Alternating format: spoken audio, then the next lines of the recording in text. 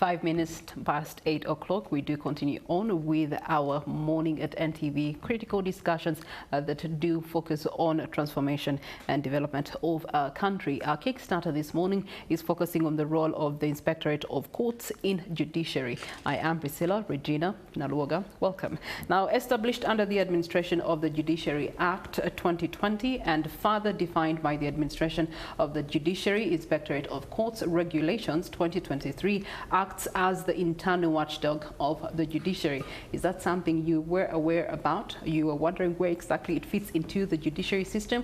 Well, this morning we're going to be having a deeper understanding of the Directorate of Courts and exactly its role in dispensing justice to us as Uganda. And we're being joined by the Registrar Inspectorate of Courts, and that is Madam Sarah Tusiime Barungi. You're most welcome. Thank you. Good morning to you. Good morning. How is office?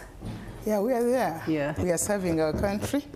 We are there to serve. All right. We're also being joined by Mr. James Eremye, spokesperson for the Judiciary. You're most welcome. Thank you so much. It's a pleasure to have you. As usual. Yes. We are, yes.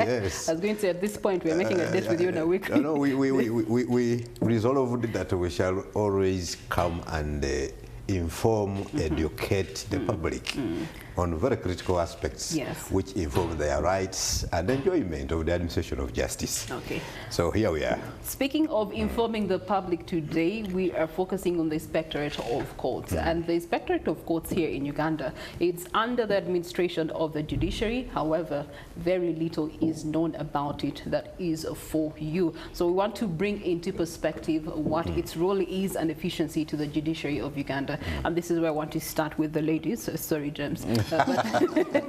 Ladies first. Sarah, as you're joining us on this table, you being the registrar of the Inspectorate, we want to first find out what is the role, the mandate, and the efficiency of the Directorate of Courts. Thank you, and good morning, everyone. The Inspectorate of Courts, as you have rightly said, is the watchdog of the judiciary. And its mandate is basically to ensure that we promote the highest standards of integrity among the judiciary staff, that is the judicial officers and the support staff. And our mandate is to do inspections. They can be ad hoc, we can do general inspections. We have special inspections, because sometimes there are times when there are those special complaints or critical that require us to do special inspections. And we also do sensitization. We just don't, like we are here now, telling the public what we do. And when we do those investigations, sometimes it's because there are complaints. Complaints have been filed by different people. It can be even from within, it can be from out. And we investigate, and we make reports, and go ahead and make recommendations, yes, on what action can be taken, depending on who, the person who was complained against. It can be a judicial staff, a judge, registrar, magistrate, different ranks. It can also be a support staff. Yes, please. Okay. That being said, what does the leadership structure look like for the Directorate of Courts? It is the Inspectorate of Courts, and it is headed by the Chief Inspector, who is a judge of the Supreme Court, and at the moment, Honorable Justice Stephen Musota, assisted by the Registrar, Inspectorate of Courts. But with the Registrar, Inspector of Courts, I have other colleagues I work with, the registrars, at the level of deputy registrars. Actually, we are 5 in total. So we are supported also by also other staff. Because if a complaint is made, we have to, sometimes, for example, if it is something to do with the conduct of a case which is going on, we may need to look at the file. We may need to serve that judicial officer, so there will be service of process. In that case, we need to write, sometimes to make a telephone call. So we are assisted by process servers who help us move to the ground just to serve the letters and also to collect the files. Okay. Yes, please. All right. So Sarah has alluded to us, the Inspectorate of Courts, and its core mandate, which is really to ensure that it does the checks and balances of the courts, ensure that it delivers in its mandate efficiently. And so if you've had any issue with any judicial officer at any one point, this would be the office that you would be reporting to. How, if in case it's not within the system and someone has had an interaction that is not right, for an outsider, how would they be able to extend this information to your office? If it is someone who is an outsider, it will depend. Have you interfaced with the court, or you have just observed a misconduct by a judicial officer or a staff? Because it can be a concerned person, but also it can be a person from outside, but who has been mishandled by judiciary staff. So what they do, we have, they put it in writing. They can write to the, there are times when they don't write directly to us. Some people can feel comfortable writing to the, for example, the chief registrar. Someone can even go directly to the principal judge. Another person can even go to the permanent secretary. But also someone who can be like an Ichsora and say, and lodge a complaint maybe with the judge of the High Court of Kabale or a chief magistrate. So it depends. But also others call. They can call. We have toll-free lines. So usually the major complaints we get are in writing. People travel. Others, they channel them through the regional offices. Not as such that they are inspectorate of offices, but courts. And they are forwarded to us. Okay. But when they don't trust also those officers, they come directed themselves to the Supreme Court building, which is the square, fourth floor, and we have a registry. They lodge their complaint, and the investigation starts. Okay. Yes. That being said, there's been many times that the judiciary has been blamed for a lot of the incompetency by, people who are trying to seek justice from the judiciary. And they're saying that this incompetence is led by a weakened rule of law in the country. There's also the case of the backlogs that continues to be a continuous issue for the judiciary, cases piling up over years. Of course, one of the reasons is that staffing is not really addressed well by government. But government, I believe, has been trying its level best. In short, I guess, James, what I'm trying to ask is that what is the priority of the judiciary as we're moving on and forward? Thank you very much for bringing out those aspects of this discussion. First of all, I want to say I bring you greetings from the Honorable Chief Justice, for whom I stand here to give a very important message to the public. Allow me to inform the public that the Supreme Court today at 10 o'clock will be giving the ruling in the presidential petition. So we are evidence of very working team. We have always told you that we shall be keeping lead times. We are serious. We are doing our work. And of course, the new Uganda, as we have always wanted it to be, here we are. And so the ruling in the presidential election is going to be delivered today. Secondly, before I even go to issues of blames, I want also to put it clear that we are happy to receive positive criticism.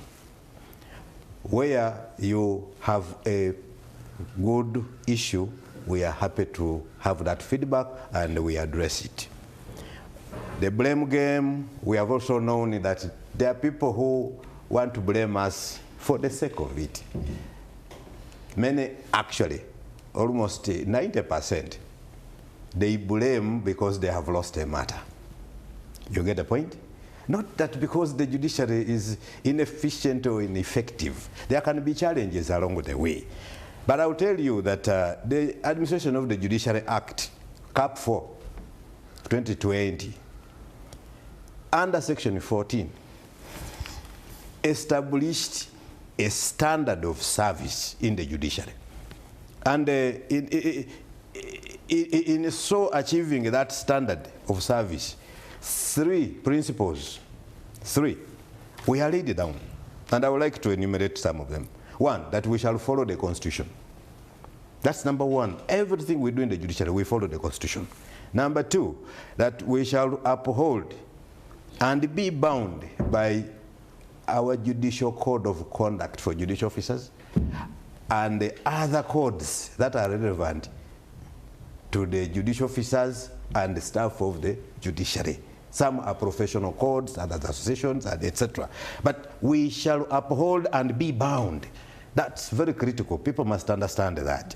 And then, of course, the third is we shall ensure that we promote honesty, integrity, and transparency. Now, when we uphold these standards of service in the judiciary service, a lot of people who expect otherwise come up with the blame games. They say this and the other. Then we have said no.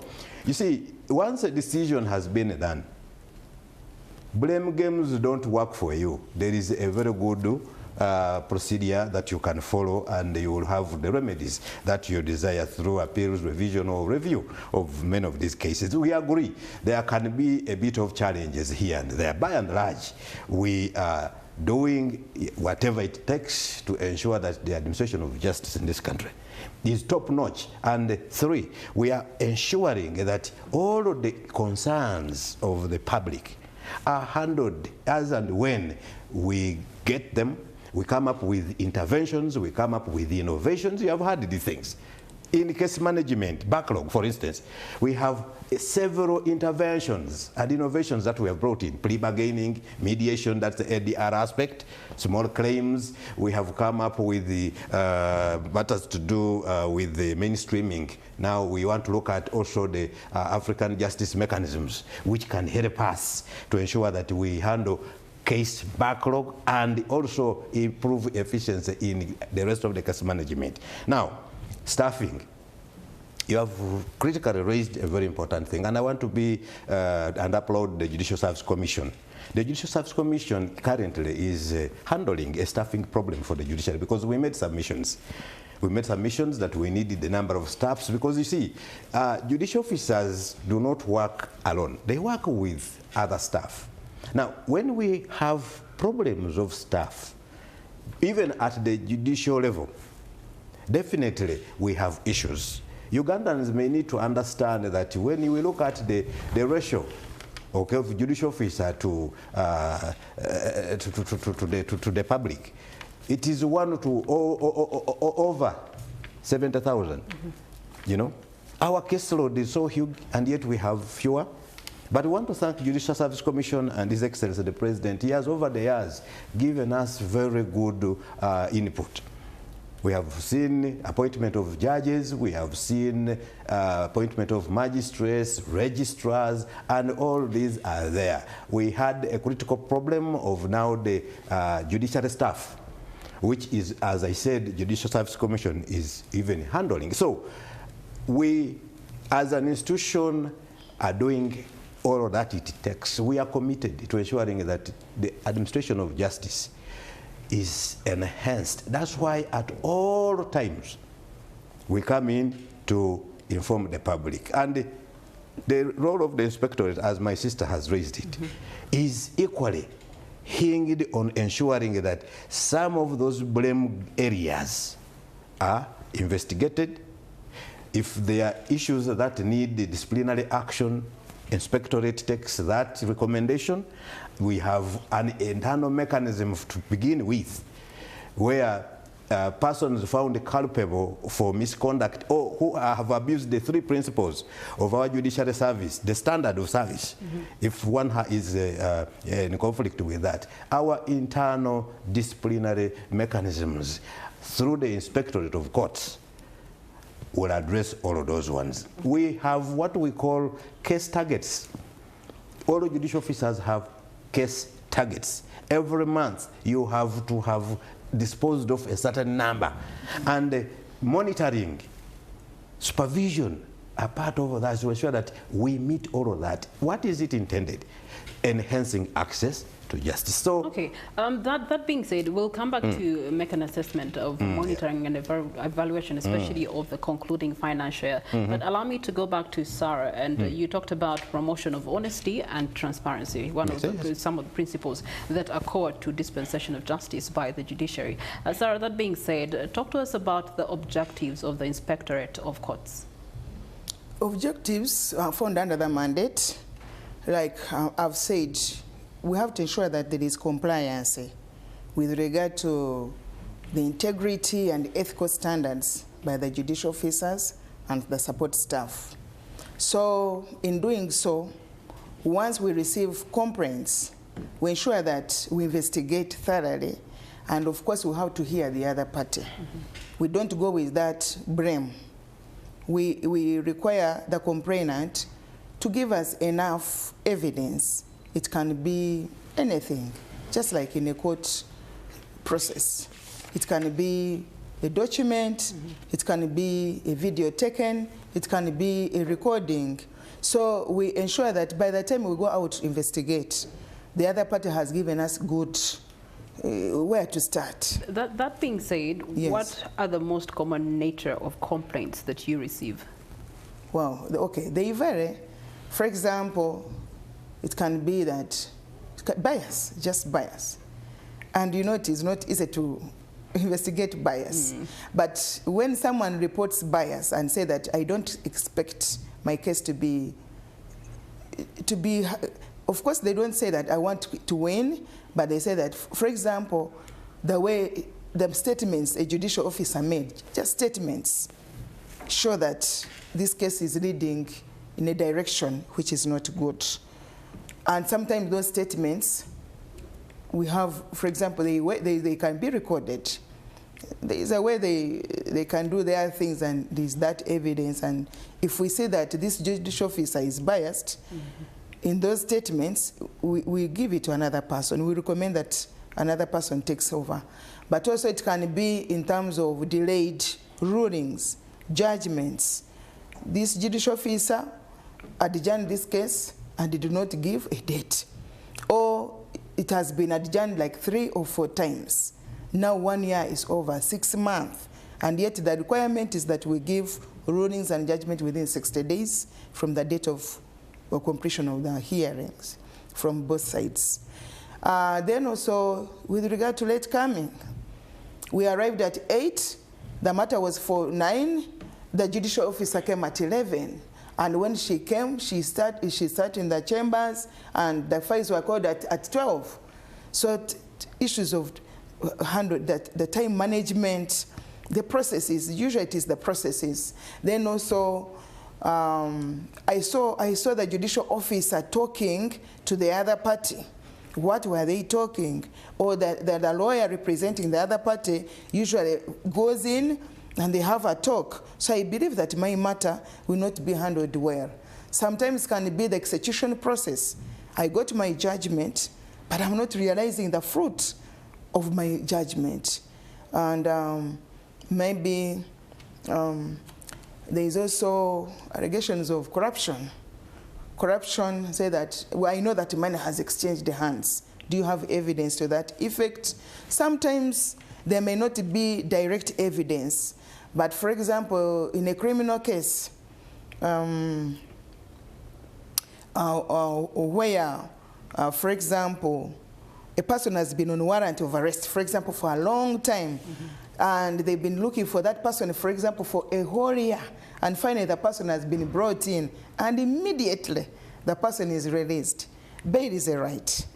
We are not saying that judicial officers should not release, but given the circumstances of that particular case, the conduct, the way in which that person was summarily, after looking for him for a whole year, and immediately the person is released, it creates that bias. So in such a circumstance, after investigating, we may recommend that it goes to another person and we see how to handle. Every case is determined on its own facts.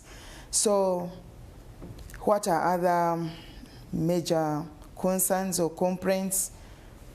Proceedings. I am not satisfied with this judgment or ruling. I would like my proceedings. But the judicial officer keeps on tossing me all the stuff. The clerk, they say, come again, or they have asked me for money. So we investigate that. And you can see it looks a simple thing.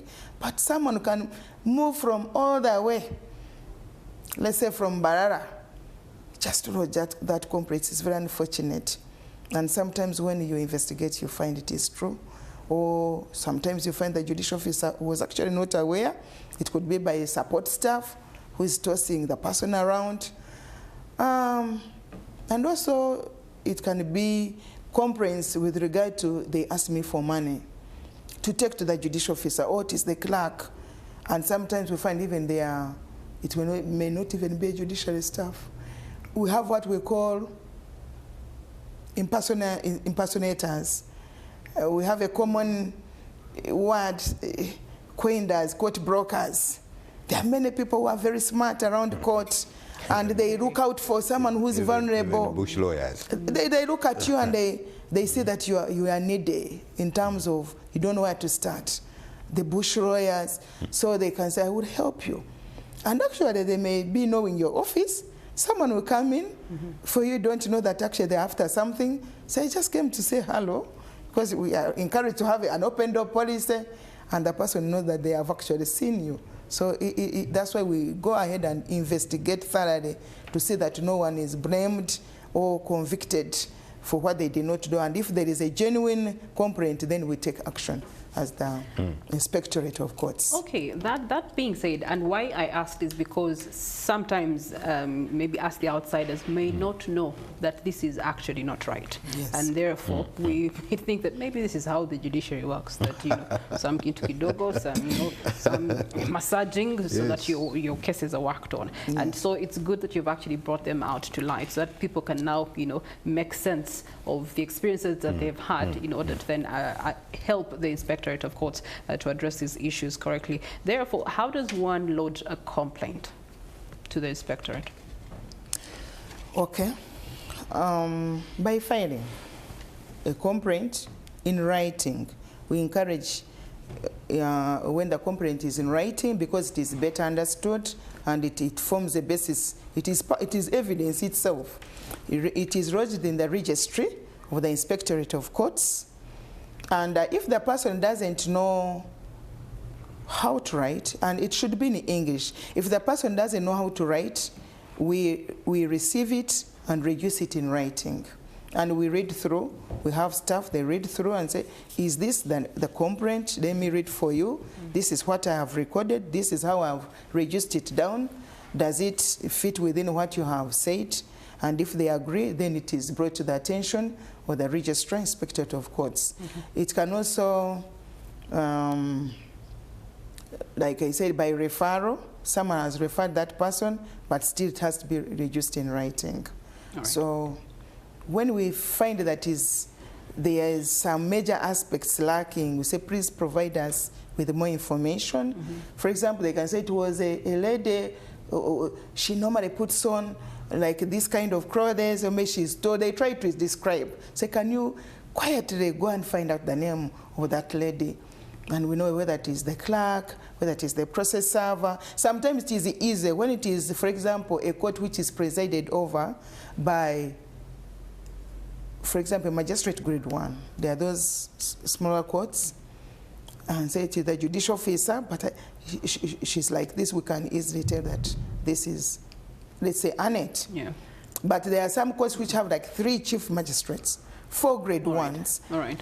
And when you try to describe, we cannot know whether it is Sarah or James. Yes, yes. So we want those further and better particulars in order to guide us on where to start. That being said, and yes, as you add on, and also as we're making conclusion of it, while you're making your additional submission, also talking to us about the priorities of the current financial year and if they had been met in terms of monitoring and evaluation, and what are the critical priorities for the next financial year for the judiciary. Oh, thank you. I wanted to add that in addition to the modes my sister has informed the public, we have, as an intervention, reducing dirty formalities, introduced a toll-free call numbers, toll free. We have aired this out on many occasions when we come to court open days, whatever we have, and even on our boards, notice boards, you will find this toll-free number. These toll-free numbers are intended that the public can call in anytime. It's a 24-hour service.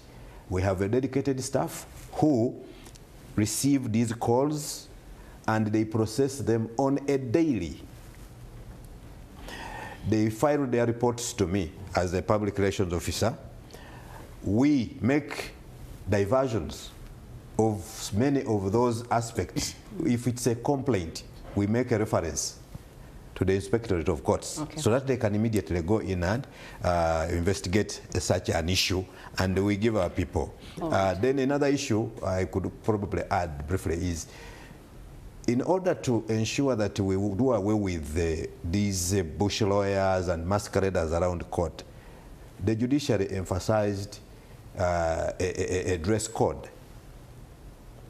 Our clerks and other officers are supposed to be wearing their identity card, which has clearly their numbers, and you will see on many of their garments, the names and designations are clearly spelled out, so that you know who you are dealing with. If somebody is suspicious, please report that person, because we are tired of people conning you, fleecing you of your good money. Now, I want to talk about the interventions that we have as a judiciary. In a minute. In just a minute. Because we want to inform you that the judiciary has just not sat down, ignoring the critical mandate that we have. The new Chief Justice, Honorable Justice Dr. Flavian Zeija, made very pertinent commitments to the public when he took over office. And this is what counts for us as an institution.